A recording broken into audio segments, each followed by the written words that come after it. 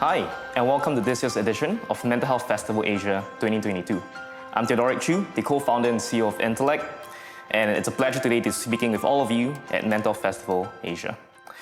Today is day 2 of the festival, and for those that are joining us from day 1, welcome back. For those that are newly joining us, I'm excited to share what we've got lined up for you. Mental Health Festival Asia 2022's theme is about pushing boundaries on how have we, over the last 2 years, spoken about mental health, and now how do we drive change in action by starting to do more for everyone around us as well.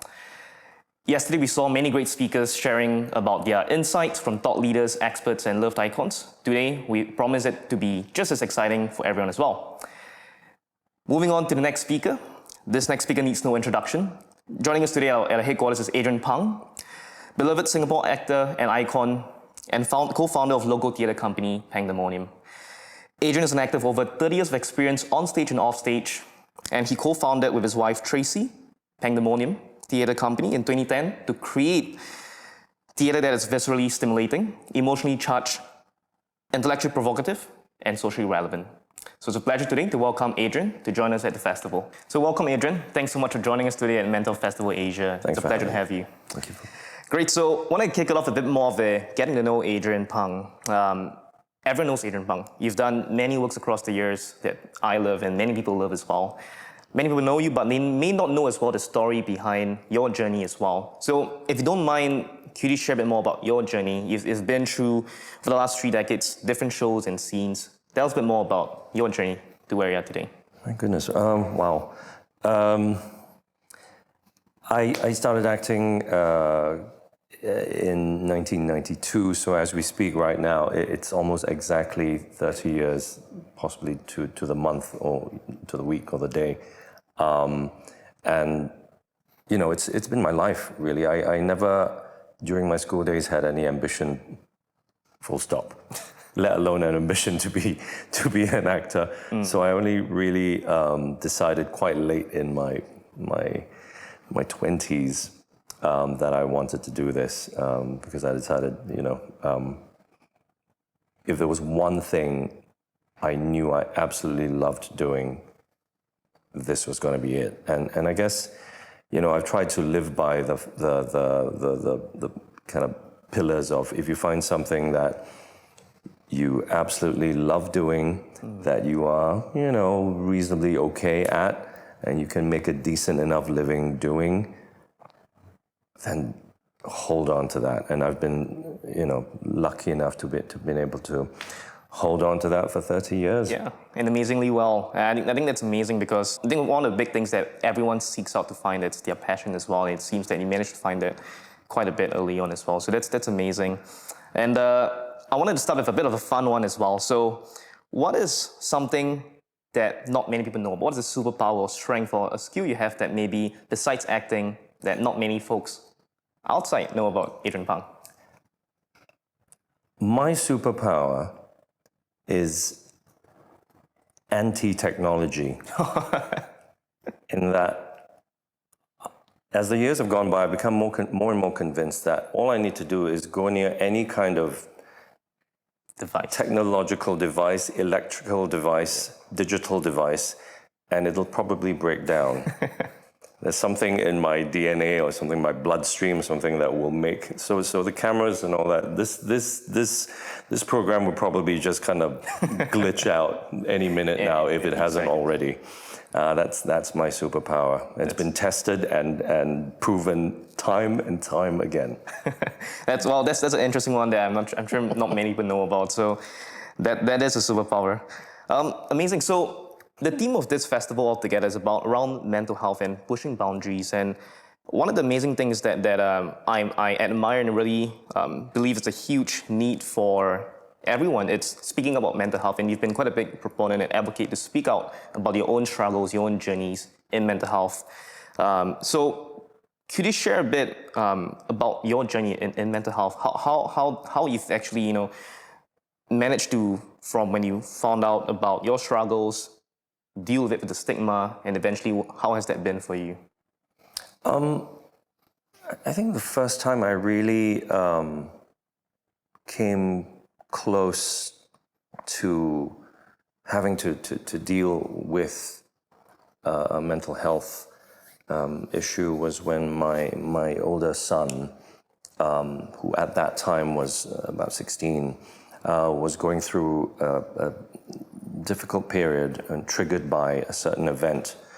And it became very apparent to me as his father that I was incapable of helping him through it. You know, as much as I was there to support him and encourage him and love him, Yep. and to show him all the care and concern that I possibly could.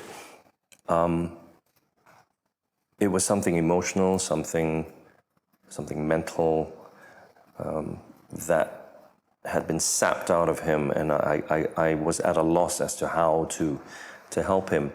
And it became very clear to me that we, as a family, had to seek professional help for him. Well, first of all, it was very disconcerting for me as a parent that you know, I was not enough for him, and that I couldn't love his hurt away. Yep. So as a parent, that's quite a wake up call. Yeah. And at the same time, you know, I realized that was all about ego as well, you know, and I had to kind of shove that aside and make myself realize that the most important thing was to find a way to help my son. And so we sought a therapist for him, and that actually was such a milestone in his journey. Yep. Towards, you know, recovery, just feeling better about himself and everything. And it was also, to a large extent, you know, by his own efforts as well to heal. Yeah. And just a couple of years later, at the start of the pandemic, ironically, we when I say we, Pandemonium, our theatre company, was producing a play called The Son, where I played a father of a teenager, played by my son, Zach. And this boy was going through depression, and this father in this play could not understand what his son was going through. Incidentally, this play, The Son, has just been turned into a movie, starring, not me, unfortunately, our second choice to Hugh Jackman. Yeah. So it's been turned into a movie. It's the play's by Florence Zeller, and we were performing in this play when the pandemic was starting to get real, and we somehow managed to get through the play before, you know, COVID basically shut down the whole world. And a month after that, I found myself in a dark pit that I could not get out of. And the irony of all this was that, you know, I found myself in a position where the tables were turned, and my family was there to support me and love me and just kind of surround me with all kinds of care and even though I felt their love, I just could not lift myself out of that dark place. And to cut long story short, you know, before long, I found myself kind of surrendering to the fact that I needed to seek professional help, and I went to see a therapist.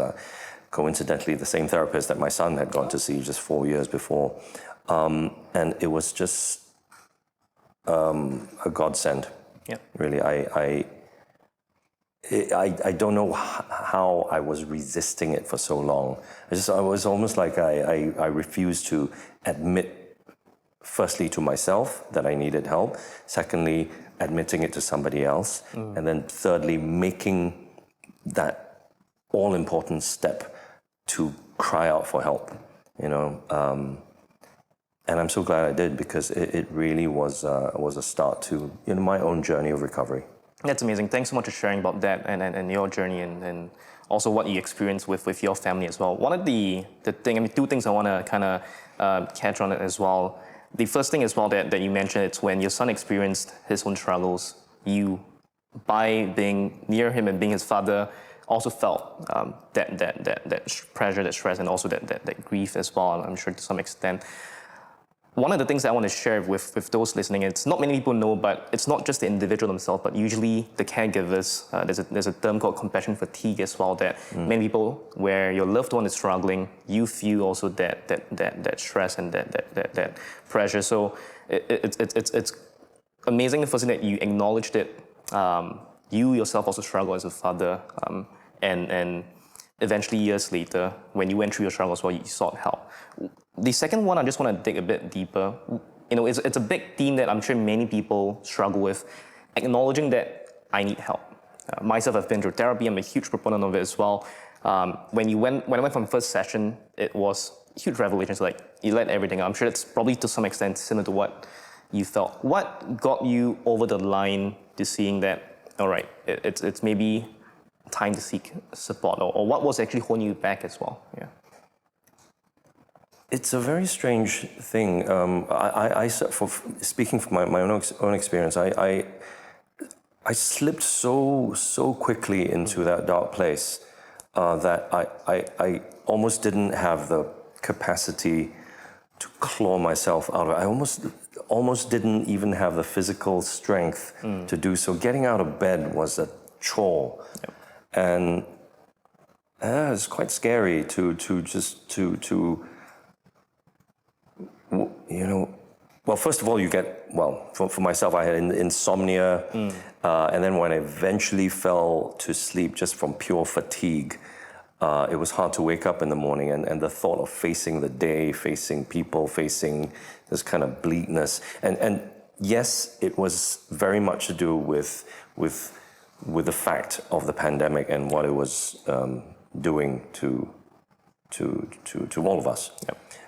So it was triggered by an event. But for myself, I would acknowledge that through my whole life, I recognize that I think my psychological makeup has always been slightly predisposed towards that dark side anyway. And I find myself kind of slipping into that side of life much more easily than I would like to, and I think first of all it was just making myself face up to that fact, and convincing myself that it doesn't mean I'm a failure. It doesn't mean that I am less of a person. And just acknowledging your own weakness is, in a funny way, a strength. You know, and I know that there are many other people who had it a lot worse, especially during the worst parts of the pandemic. And for me, you know, I think I would describe it as a depressive episode as opposed to depression as such. But seeking help was such an important first step for me. But I resisted it for a long time, you know. But partly to do with the fact that I knew I had to do something, not just for myself, but also for my family. And the whole thing of, like, you know, I've never really understood this thing before. If you can't love yourself, then you can't really properly love others. I never really understood that until this period of my life. You know, if I knew that I had to take care of myself first before I could have any chance of taking care of my loved ones. Yeah, which makes a lot of sense, and I think it's amazing that you are sharing, you know, vulnerably and deeply about this, because the reality is a lot of people over the past 2 years have gone through quite low points of their lives as well, for a variety of reasons. I think one of the biggest things that I've seen and we've seen as well, it's really taking that first step, acknowledging that it's all right to not feel well, you know. Sometimes it's for a longer period of time, sometimes maybe an episode or a situational piece there, but critically, the first step is being aware that this is something that you could seek support for, and number two is that it's all right to seek support for it and starting to seek that help. So I think it's amazing that you've gone through this motion and you come out the other side and showing to everyone as well that it's possible to get out there and be functioning and be doing well after that as well, because I think it's critical to see the light at the end of the tunnel for many people as well. So thanks so much for sharing about that. On the same theme, but veering a bit more towards your passion and your craft, towards the theatre and the arts as well. You mentioned earlier the son, and I know you've done multiple musicals, plays, and shows over the past years, like The Falling, The Father, The Mother, and The Son as well, that all had a theme around mental health, or in some cases even autism as well. So it's amazing that you've tried to showcase, and you and Pang have tried to showcase the other side of the conversation that doesn't get as much light historically. So could you share a bit more about how you managed to, or what brought you to bring these conversations into the work that you do, and how has the narrative of mental health in theatre evolved over the past few years from what you've seen? I mean, to be honest, the first time that we, as Pandemonium, decided to stage a piece of theatre that had to do with mental health, it was in 2013. It was a musical called Next to Normal. It was about a woman with bipolar disorder and how it affects her life and the family's life.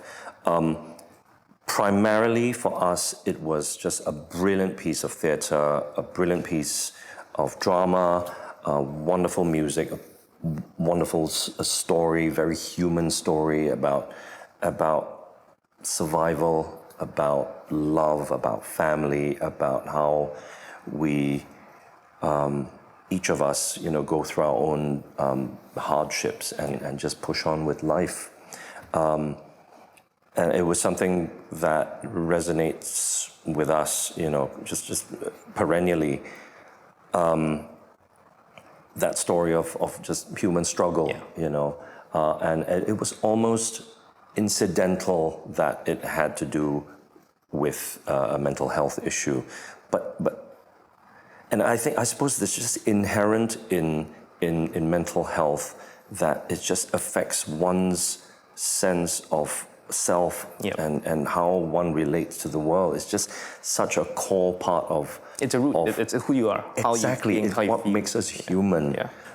So at the very heart and soul of a story that has to do with mental health, there's a lot of drama there. Yeah. So obviously wanting to be very careful that we don't become exploitative of, hey, so it's never been a case of, hey, let's do a play that has to do with mental health. That'll bring in the crowds. I mean, that's a really messed up, warped way of programming. But we just kind of try and seek out good plays, good stories that has good human drama. It's just almost coincidental that there's a handful of these plays have had to do with a variety of mental health issues. So, I mean, as much as I personally, and because have gone through it myself, I'm able to speak from my own perspective. I suppose increasingly I feel that, through the work that I do, and through the work that Pandemonium does, if we're able to find stories that explore little known facets of mental health, that can, even if it can just reach out to one person to make them feel that, oh wow, that's my story. Yeah. Or I know someone who's going through exactly that. and it makes them want to do something and take some kind of positive action, then it goes beyond merely entertainment, merely just going to see a show, and that's what kind of drives me. Which is amazing, because I think, just like you mentioned, one of the best ways to actually get people to take action is to see it in a relatable fashion outside of themselves as well, right? And I think seeing on stage where this story is portrayed out there and they can see someone experiencing similar struggles, it really drives that first step, as you're saying. So I think it's amazing what you and the company have done over the years, really coincidentally pushing the awareness and themes of this as well, which I think is great. On a similar note, and digging a bit more towards the creative arts and also burnout that comes with it as well. Creative burnout is a thing in the line of work that you do. How, in your personal experience, do you manage? Because a lot of these, you just did NDP, which is amazing, and you're running multiple shows or planning multiple shows as well. How do you manage and cope? What helps you when it gets tough? Gosh, actually, it's interesting you're asking me this now. I mean, if you'd asked me this, say, maybe 6 months ago, I probably would have been at a loss to how to respond to that, because I dare say the last 2.5 years of the pandemic has recalibrated all our psychologies and our mindsets and our perceptions and reconditioned each of us to different ways of living, of conducting work. The world has changed. The world has changed irrevocably, and there's no point kind of ranting and railing against it or trying to fight against it. We have to kind of go with the tide. And God, I'm 56. And apart from being anti-technology, I'm also, a bit resistant to change. But I'm having to retrain myself to adapt. And I honestly believe that, and this is me trying to be philosophical about this, that the pandemic is an opportunity for all of us to wipe the slate clean and start from scratch and rebuild and reinvent ourselves. So from someone who might have been stuck with my old habits, before, I'm really, really, really making a concerted effort to retrain my brain, almost fool my brain into saying, I'm starting from scratch. I'm relearning and unlearning everything that 56 years on this planet has conditioned myself to believe in, to rebuild myself into a better version of myself. And I would never have been talking in these terms 6 months ago, a year ago. What changed in this past 6 months then? As much as I hate to admit it, I think the whole experience of being involved in National Day Parade has something to do with it, because one of the core themes that I was very adamant that would be a big kind of pillar of the National Day Parade this year was the whole the whole symbol of the phoenix rising from the flames, the whole idea of anything in your life that is trying to destroy you and turn you to ash, that you can rise again from the flames, a newer, better version of yourself. So I want to walk the talk, and not have that just as some kind of a cynical marketing branding motif for the National Day Parade. This is something that I want to embrace for myself as well. I mean, to the extent that this is a new tat of a phoenix. That's how much I committed to myself. So if I fail, then this would have been for nothing.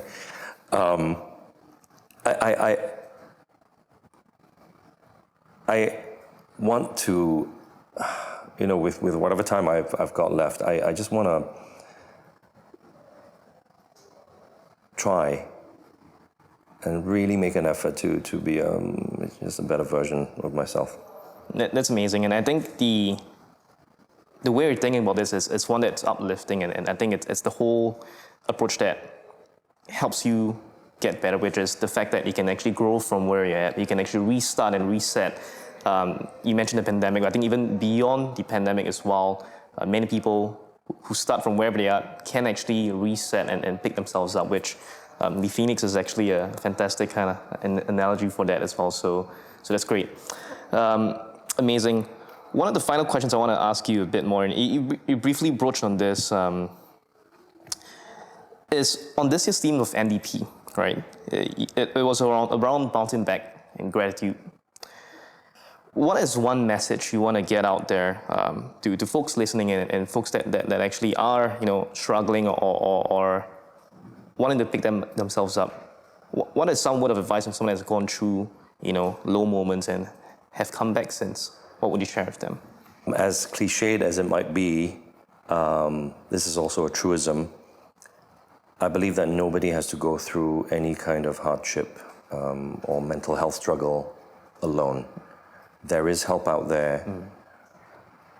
It only takes that one significant step to cry out for help, and there is no shame. It takes courage to do so. There was one particular song at the National Day Parade that I was very insistent was going to be included. It was from a musical called Dear Evan Hansen. That song was called You Will Be Found. And that song, in the context of National Day Parade, was in tribute to all our frontline workers who, in their service of looking after the rest of us, no doubt they all went through their own personal struggles as well, and physical, emotional, mental struggles. And it was an assurance to them that they were not alone. And similarly, and also in the context of the musical where this song comes from, you will be found, because all it takes is for you to cry out, and there will be somebody there to pick you up and lift you up. And even this person who finds you is not the person to be able to actually tangibly help you. They might be instrumental in being a starting point, a guide. Absolutely. So it really takes that first step. Just making that very, very first step is so important, and it's so hard. I mean, I've been aware of many friends of mine who, once again, over the last 2.5 years, have been going through their own struggles, and have been trying to persuade them to seek help. And those who have made the effort to do so, they've managed to start turning their lives around. But there are those who are still very resistant, and because of the stigma that still exists, and the stigma and the bewildering, to me, ignorance that a lot of people still have about this. There is still the mindset out there, a lot of people that, so what? So what if you're depressed? Everyone's depressed. What? Everybody's depressed. Not really. I mean, the depression as a clinical term is very specific. But to generalize it in those terms really, really trivializes and as a huge disservice to people who are really struggling day by day to find a reason to stay alive. And there are people who are on the brink every day. So there's a lot of re-education that needs to happen amongst people. Yeah, I think that's a very good point. So taking action and not feeling like you can't seek help is a key message that I think many people should actually take in. And on your second point, I think the stigma is definitely one that is very much prevalent, especially in Asia, where I think it's for people that have never experienced or seen it firsthand, it's easy, like you said, to trivialize it. What's triggering you? Everyone goes through the same struggles. I think, just like you said, the message for those that haven't experienced it is also to be empathetic as well. That for folks that are struggling, you may not understand it, they may not understand it as well, but it's not insignificant. Right? It is one that needs a lot more effort and conversations like these here to get people out there and find the support they need. But it's really amazing to hear your story as someone that many people know and love, to really come out and openly share about your struggles, your low moments, and actually also how you come out through it. And I think, if it's fair to say, how you're still working through many things as well, right? It's one that's uplifting because it makes it relatable. It makes people know that even the best of us as well do go through many low moments. So it's amazing to hear you share all of this. So we've come to about time for this session, but just as I mentioned, this has been really amazing to hear and watch someone that many people know actually speak out about this. The whole theme and goal is to normalize conversations, and you're a massive advocate and proponent for this whole movement, which makes a huge difference. And for that, I thank you and admire it. It's amazing to have your voice in this conversation here. So thank you so much for joining us today, Adrian. It's really a pleasure to hear about your story and your journey. Thanks for having me. For those tuning in, thank you for listening to this session. That was Adrian Pang speaking about his journey in mental health. We've got a lot more coming up, but that was a great session to start off with, a heartfelt one as well. So come back soon for our next session, where we hear from different thought leaders, coaches, and experts on mental health and what you can do about it. Thank you so much.